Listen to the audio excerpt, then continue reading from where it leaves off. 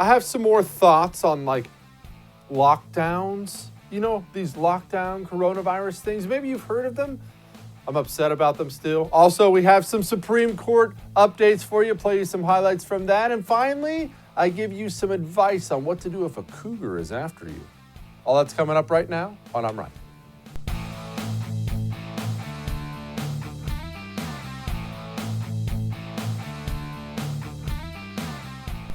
I promise I'm going to get to the newest Biden gaffes. I'm going to get to the Supreme Court stuff. I'm going to play you highlights from today. It's going to be awesome. We're going to have a blast. I just have to get something off my chest quickly. All right, this is how I vent.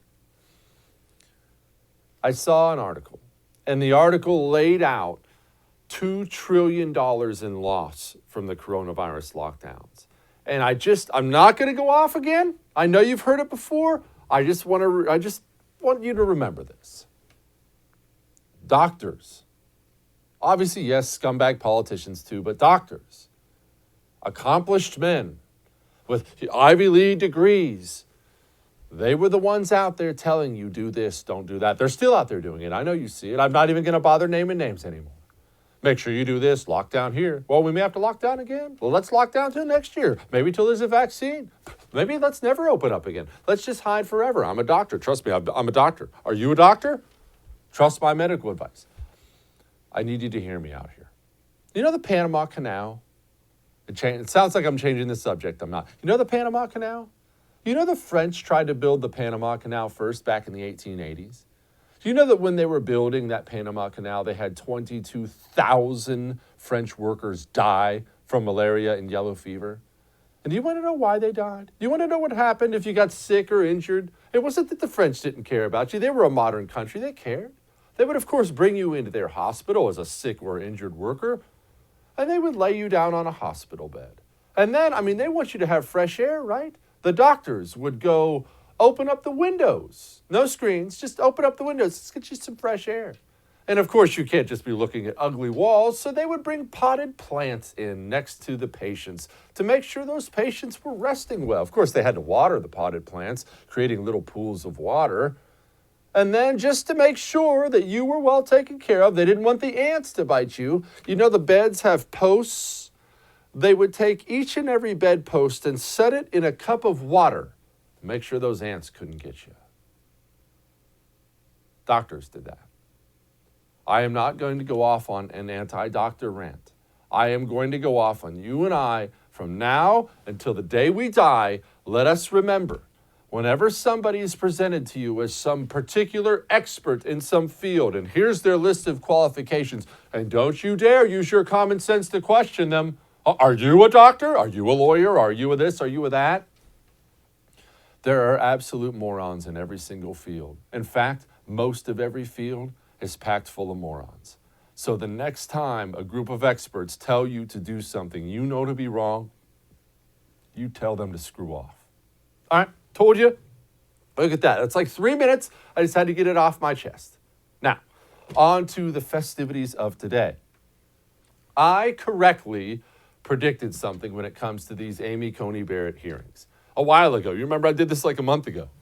I told you it would be bad. She would be asked stupid questions, but it wouldn't be anywhere near what Brett Kavanaugh went through. It wouldn't be anywhere near it. And I told you why, too.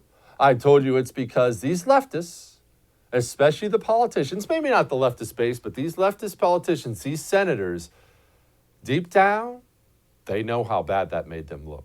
They know the absolute rage that created in Republicans. I know those Brett Kavanaugh hearings, they radicalized more Republicans into being more like me than anything else I've ever seen.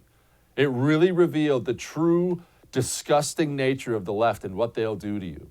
And what I said was, when it comes to ACB, they're going to hit her on a couple things. Probably anti-gay. Oh, she's a mom, a Catholic. Oh, that's kind of weird, right? You're going to get the standard stuff. But their hearts really aren't going to be in it. They know they screwed up before. They know there's a presidential election coming. And Kamala Harris is sitting there. Kamala Harris has to ask those questions too. And she has to do the kind of things that, well, it's a balancing act. She has to show her left base that she's out there fighting on their behalf. I'm trying to stop her. but she has to do it in a way that middle America doesn't look and think, wow, they're not once again accusing somebody innocent of gang rape like they did in Brett Kavanaugh's case. So she's going to try to dance that line. And one of the lines they've been really dancing with ACB is this idiotic Obamacare line. Obamacare's finished. If she gets elected, Obamacare's finished. Obamacare's basically been gutted anyway. However, Kamala's going for it, and it was kind of painful to watch. President Trump and congressional Republicans repeatedly tried to get rid of the Affordable Care Act. But remember, people from all walks of life spoke out and demanded Republicans stop trying to take away the American people's health care. Republicans finally realized that the Affordable Care Act is too popular to repeal in Congress. So now they are trying to bypass the will of the voters and have the Supreme Court do their dirty work. That's why President Trump promised to only nominate judges who will get rid of the Affordable Care Act. By the way, I'm not a sound expert by any stretch of the imagination. We have technical people here. That's why everything looks good. However, there is such a thing as, acoustics and such. You're a United States Senator and potentially the next Vice President of the United States of America. From now on, do your TV interviews in something other than a soda can. That sounded awful. That's one. Two, you see what I mean about her heart not really being in it? She's going to, the people love Obamacare. That's what she's going for. It's totally half-hearted. All this stuff is just going through the motions. Wait till I get to the actual questions from these senators today. They're so pompous and absurd, but they're not what it was with Kavanaugh. It's not the character assassination stuff. And granted, you have some wingnuts like Ilhan Omar. Ilhan Omar, of course, came out and had this to say, quote, let's be clear about this. If a Muslim woman was nominated to SCOTUS, you would see Republicans lose their mind about her religious background. Sharia law would be trending right now.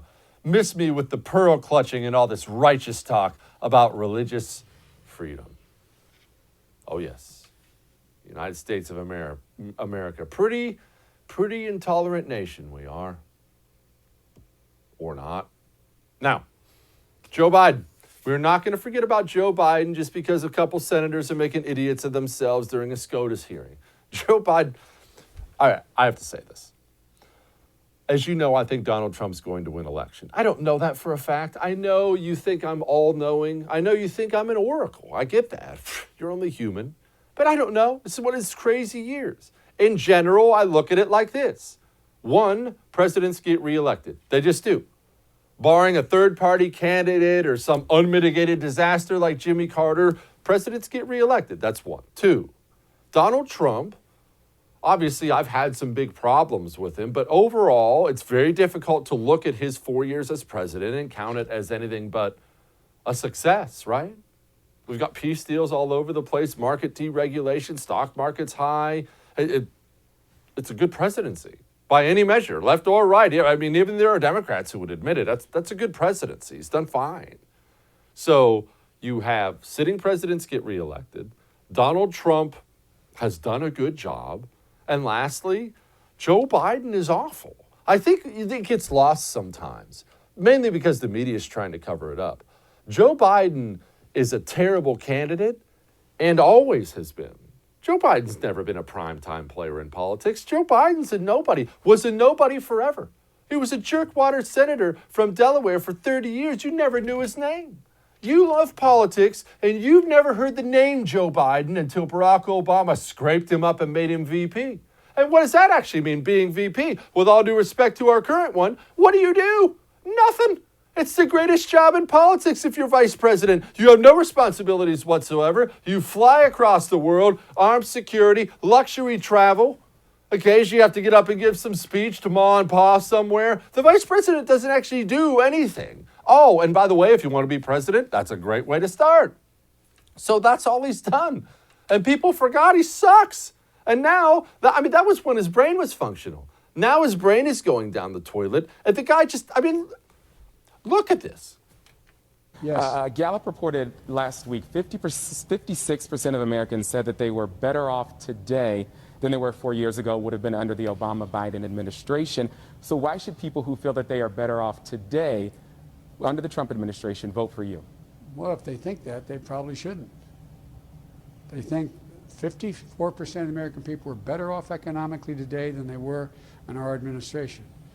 Well, their memory is not very good, quite frankly. And in addition to that, we have a president who doesn't share the values of most Americans. That's not good. If you're considering running for office one day, just let this be known.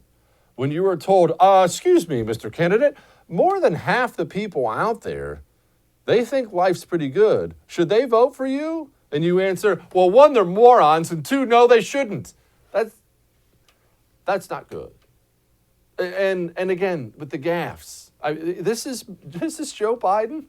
I have to admit, it made me snicker. This is Joe Biden trying to talk about Mitt Romney.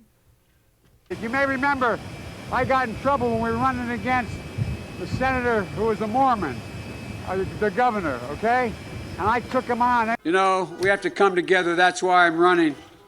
I'm running as a proud Democrat for the Senate. The senator, the Mormon, the guy, the governor too. God. So that's why I think Trump's going to win. Sitting presidents get reelected. Trump's done pretty good. The Democrat candidate is an idiot. I don't have a better way to put it. The guy's a moron. He's not going to be president. All that may have made you uncomfortable. Probably did. But I'm right. Now, $2 trillion, $3 trillion, $4 trillion, those numbers are so big, the human mind can't comprehend them. They actually say that's a gigantic danger in the debts and deficits we have right now. As the numbers are so big, the minds aren't big enough to comprehend them. I mean, mine is, but other normal people like you, they can't comprehend these numbers. Just know that it's a lot, and you can't print money like that without breaking your financial system. You don't have to freak out. You do have to have a gold IRA from Gold Alliance, though. Again, I'm not telling you to go out and fill up your house with gold bars.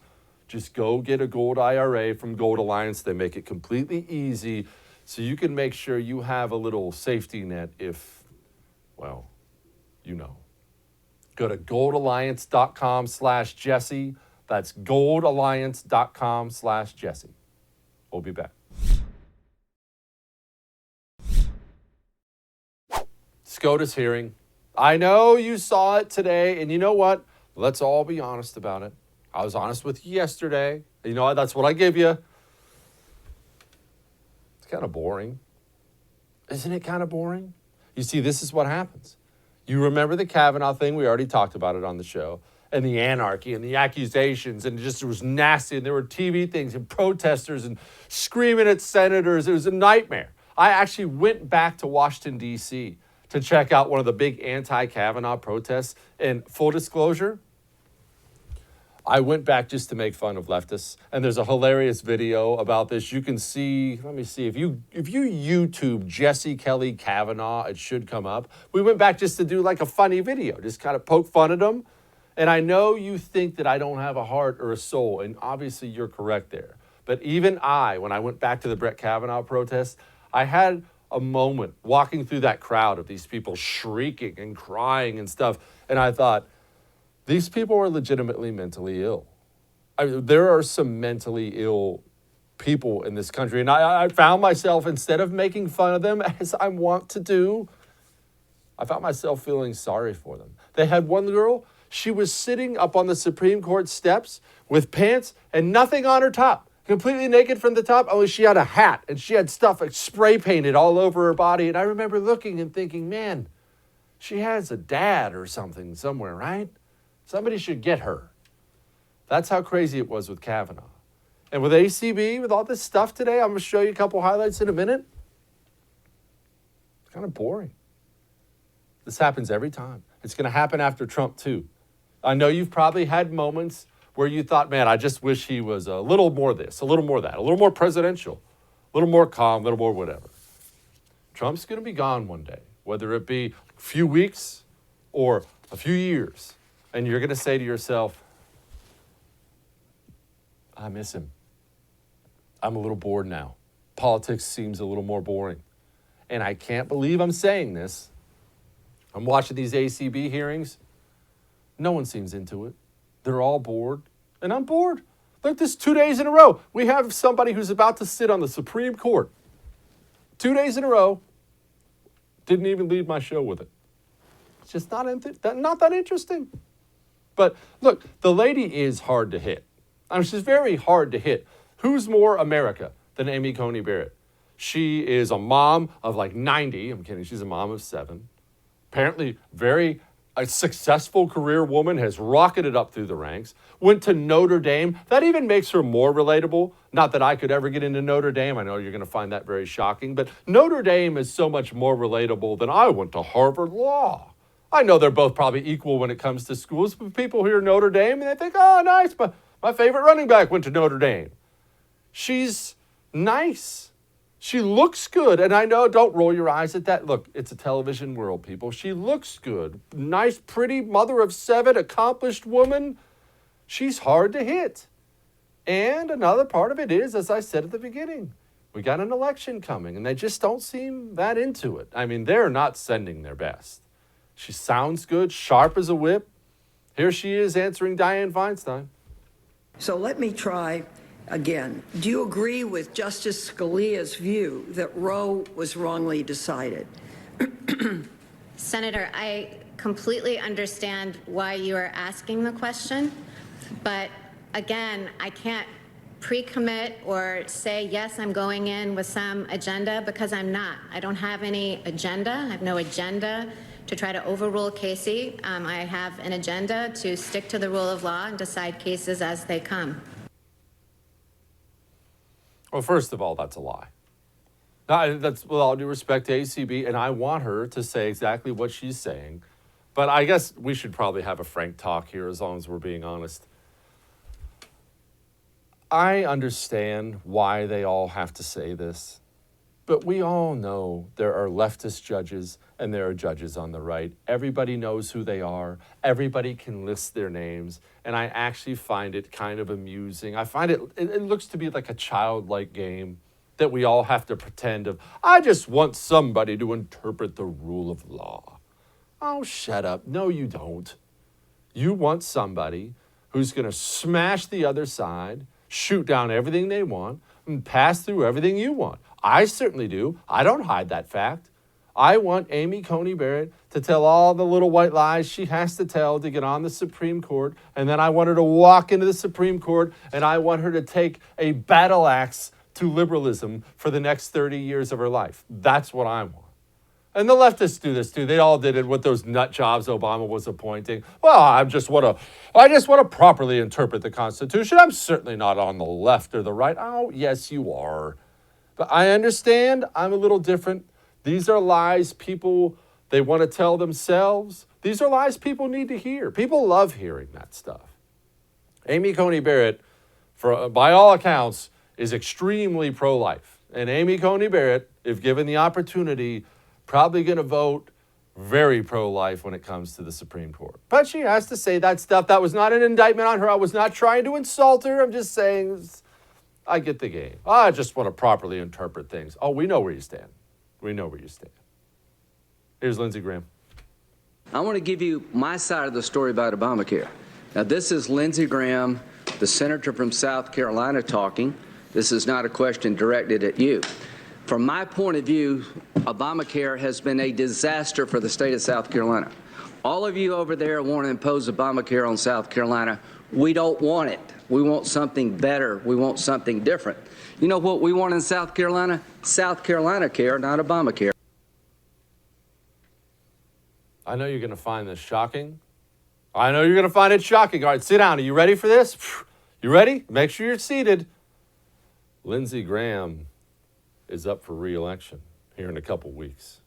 So, maybe he used this TV time, as I told you they all would, just to campaign on your dime. And maybe, just maybe, I'm a little too cynical at this point in time, but when I hear Lindsey Graham speak about these things, I can't help but think about James Comey, John Brennan, Clapper, Strzok, All of them. Sitting there free as a bird, not a care in the world after all that TV time with Lindsey Graham doing this. Here's ACB responding to Graham. Say that you're a female Scalia, what would you say? I would say that Justice Scalia was obviously a mentor.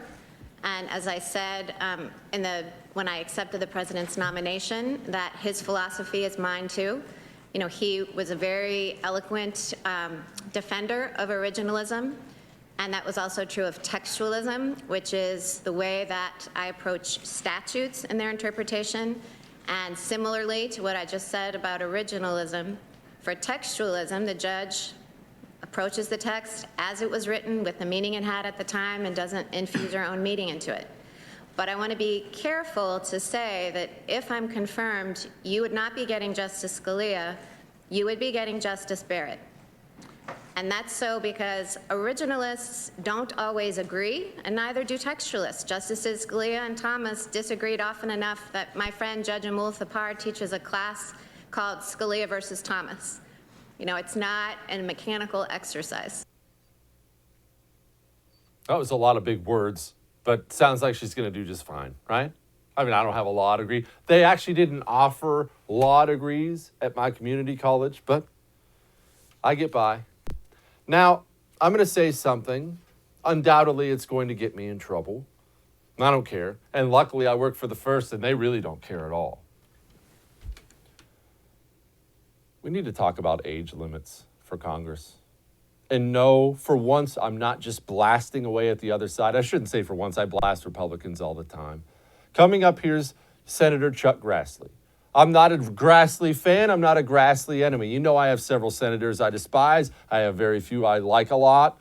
I'm wishy-washy on Grassley, whatever. But you saw Dianne Feinstein earlier. We now have Grassley here. These people are in their upper 80s. We are a country of over 300 million people. You mean to tell me we have to be governed by these ancient people? Now, I don't want to be governed by kids either. I'm very much an elitist when it comes to standards. I think you should be like 40 to vote.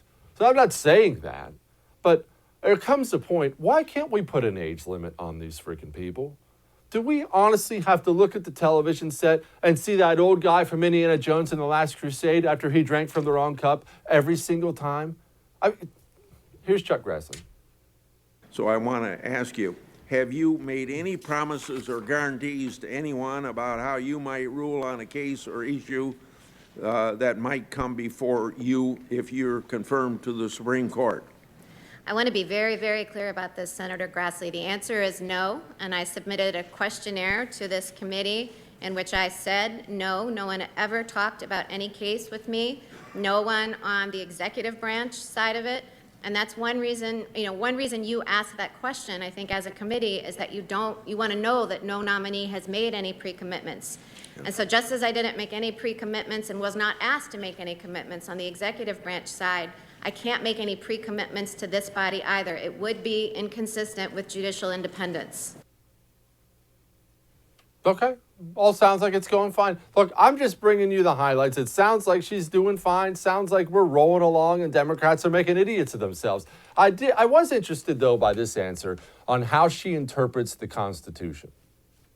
I interpret the Constitution as a law, that I interpret its text as text, and I understand it to have the meaning that it had at the time people ratified it. Okay. So that meaning doesn't change over time, and it's not up to me to update it or infuse my own policy views into it. Perfect. I think she's going to be fine. Look, she's about to be on the Supreme Court anyway. This is all going well. Again, take heart. I know we have an election coming up. I do. But remember this, no matter what, we're about to have a 6-3 majority on the Supreme Court. Life ain't bad. Now, crime often, pretty much always, it outpaces law enforcement at first. If there's a newer crime that pops up, understandably, law enforcement can't foresee all the new crimes that'll pop up. And every now and then you have these periods in history where there's a crime that's just law enforcement does not have a handle on. With all due respect to the boys in blue, they don't have a handle on home title lock yet. On home title theft yet, I'm sorry. They don't. They just don't know. Home Title Lock is the only one that can help you. I'm sorry to put it to you that way, but home title theft is just too difficult. These hackers, they hack into the cloud where your home title is. They forge your signature on it. They take a loan out against it. They take off. By the time law enforcement gets involved with that, you've already been taken to the cleaners. The only way is Home Title Lock. Home Title Lock makes sure they stop it immediately when they detect tampering. They're your one defense on it. So go to HomeTitleLock.com. That's HomeTitleLock.com. Use the code RADIO. Get 30 days for free. We'll be back.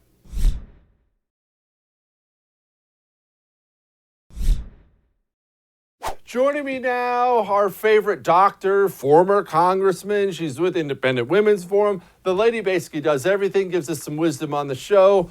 Nan Aworth. Nan, I didn't think Democrats would have their hearts in this whole ACB thing. I thought they'd roll out the same, anti-Catholic stuff. Well, I can't believe she's a working mom stuff, but they don't seem to be into it. And that's what I'm seeing so far. You? Well, I agree, Jesse. I think they know that there's no way they can delay this confirmation. There's no way. There's not enough grit. They could try throwing some procedural grit in the wheels. We know that. But she's going to be confirmed. Amy Coney Barrett, I credit the rationale for your observation to Amy Coney Barrett's extraordinarily fine qualities. She is someone who is simply impossible to assail on any basis, certainly in terms of her character, her objectivity, which she has demonstrated as a jurist.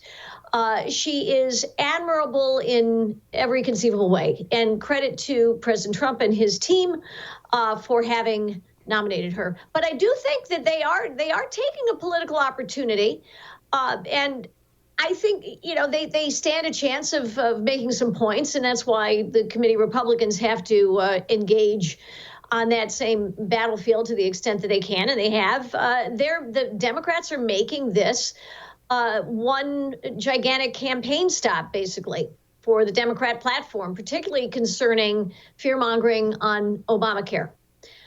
To the extent that they can make an impact, that they can get some political gain from this, that's clearly what they're trying to do. That, and of course, Roe v. Wade, obviously.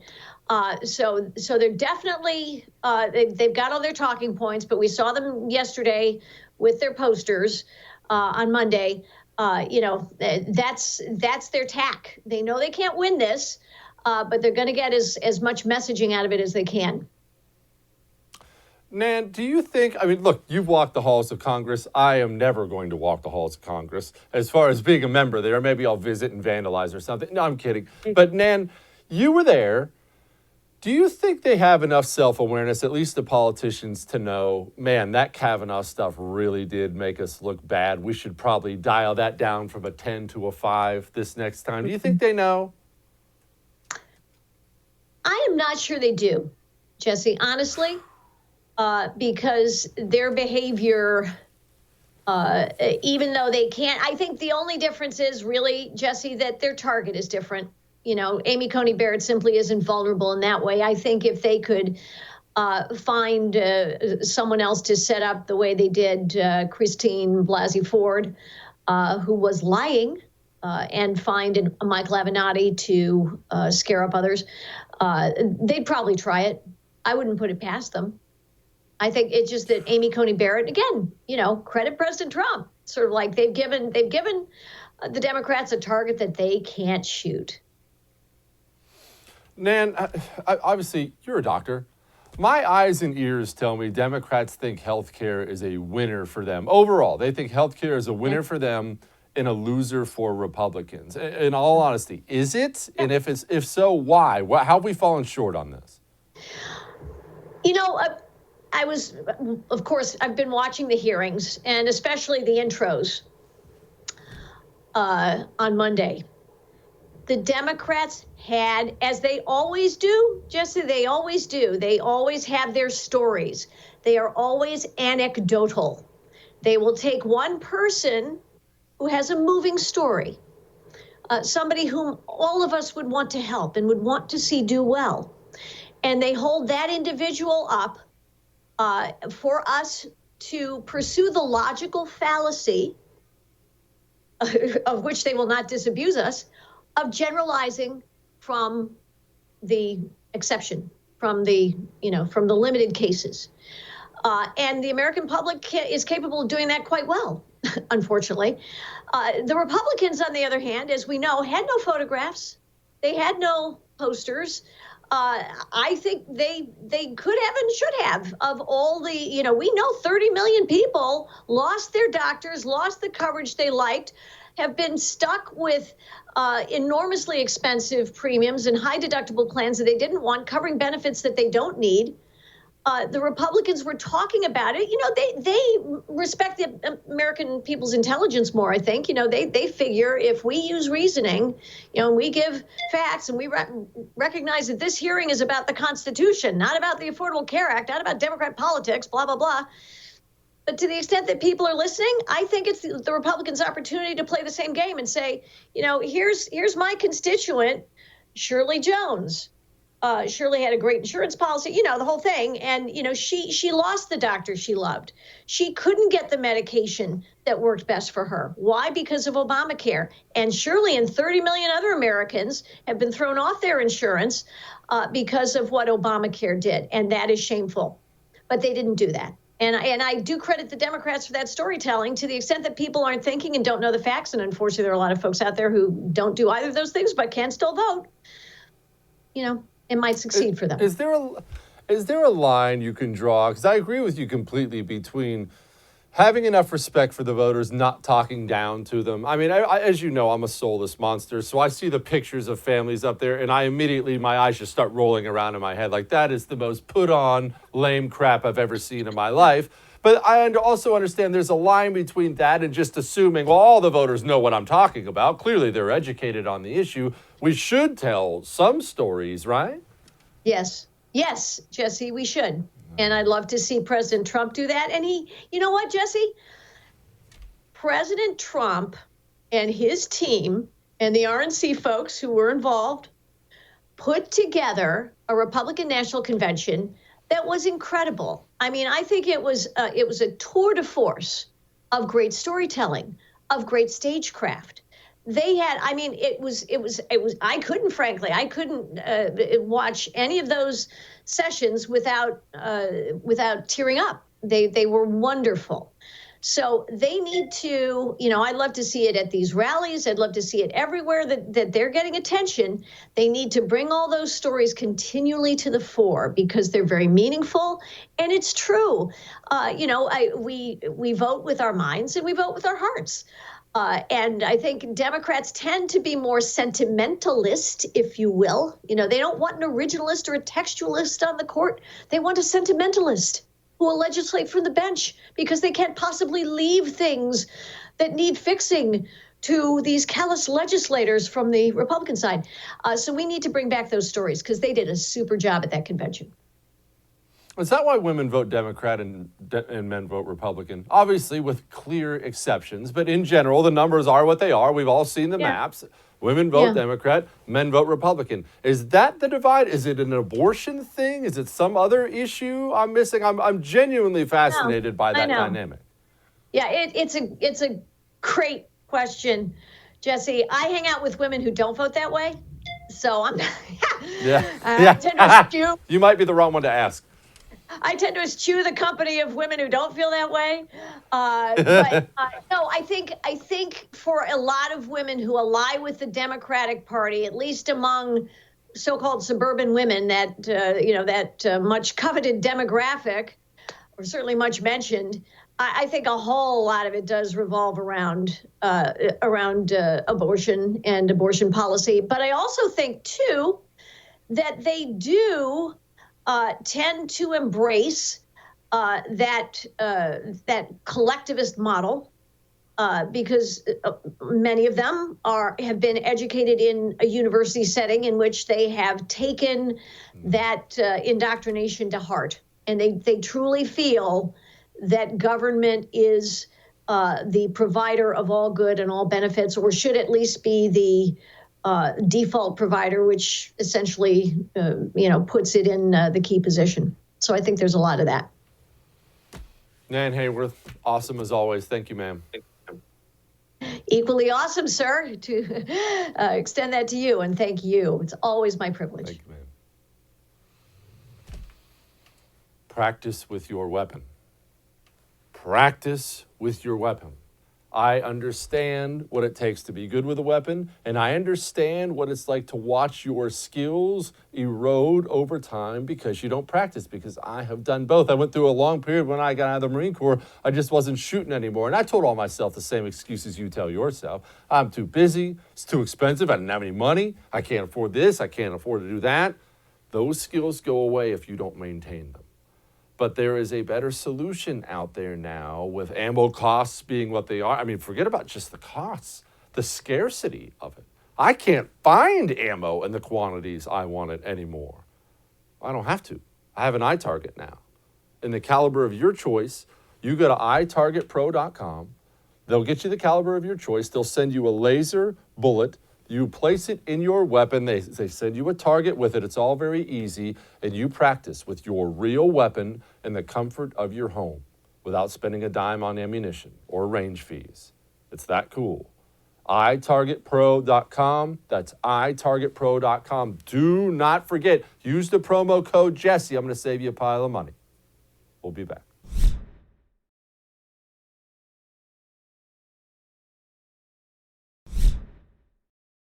We need to talk about cougars.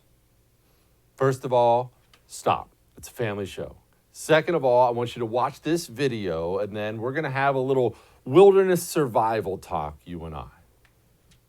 No, go away. Go away. No. No. You, dude. Holy.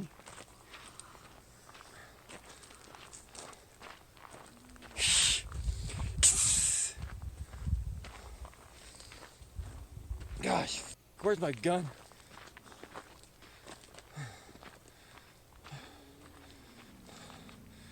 Okay, this is when I... No! Get the f*** away! Stupid kitty cat.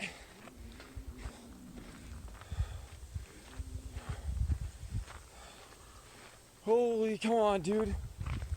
I don't feel like dying today. Ah!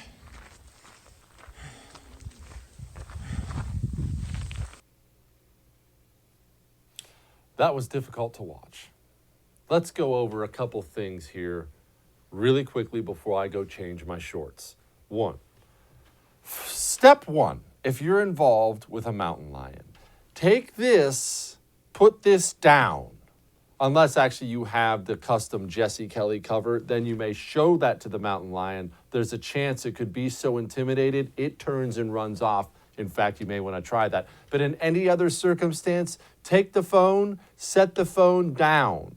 Take the phone, set the phone down. I don't understand this these days. And don't get me wrong, I'm on social media too. I have to do it for all this work stuff. I'm on Twitter and Instagram and all that. So I have to take pictures and stuff occasionally. This thing where people just film everything, it blows me away in these life and death scenarios. Put the phone down. Get a stick or a rock or something. That's step one. Step two. A mountain lion is just a lot bigger version of a cat. Now, I hope from the bottom of my heart, as an anti-pet guy, I hope you don't actually own cats, because if you do, it says a lot about you. However, I know that many of you do. It's just a bigger version of that cat. And what you need to understand about cats is this. Cats chase down prey that's running away from them. That's what cats do. If you turn and run, or back away and do that stupid little, did you hear the hissing thing he was doing? If you do that, you're going to die. Don't do that. I understand you're going to be scared. If you're ever confronted by a mountain lion like that, hold your shirt or your coat above your head and make yourself as big as humanly possible, and then make yourself as loud as humanly possible and run at it.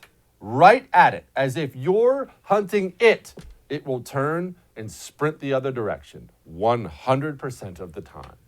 That is how you take care of yourself with a cat. I do need to stress, though, this advice is not applicable in any way to grizzly bears. They're going to eat you no matter what you do. A big cat, though, above your head, loud, run at it. How do you think all those African tribes for years killed lions routinely with wooden spears and rawhide shields? People who hunt lions today use these gigantic caliber rifles to mow them down. How do you think the African tribes did it? Oftentimes they did it in groups. They did it making tons of noise and running right at them. It's a big cat. That's a little wilderness survival for all of you. And last but not least, at the beginning of that video, I didn't show you the whole thing, it was too long. The man approached that mountain lion. I don't know how to say this any clearer. I grew up in Montana. I understand so many people grew up watching nature shows, or maybe it was too many cartoons.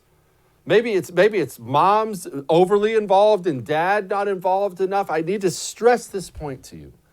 Wild animals are not pets. Wild animals are not pets. Do not approach them. It turned out that was a mother. She had her little babies there. They're going to go after you about 1,000% of your time, as mothers do when they're protecting their young. Don't be an idiot and leave it alone. But of course, I guarantee, I know what happened. He saw it and thought, oh, this will be perfect for Instagram, and almost got himself killed. So there, I bet you didn't expect some wilderness survival tips with Jesse tonight, but clearly many of you need to know. All right, we'll do it again tomorrow.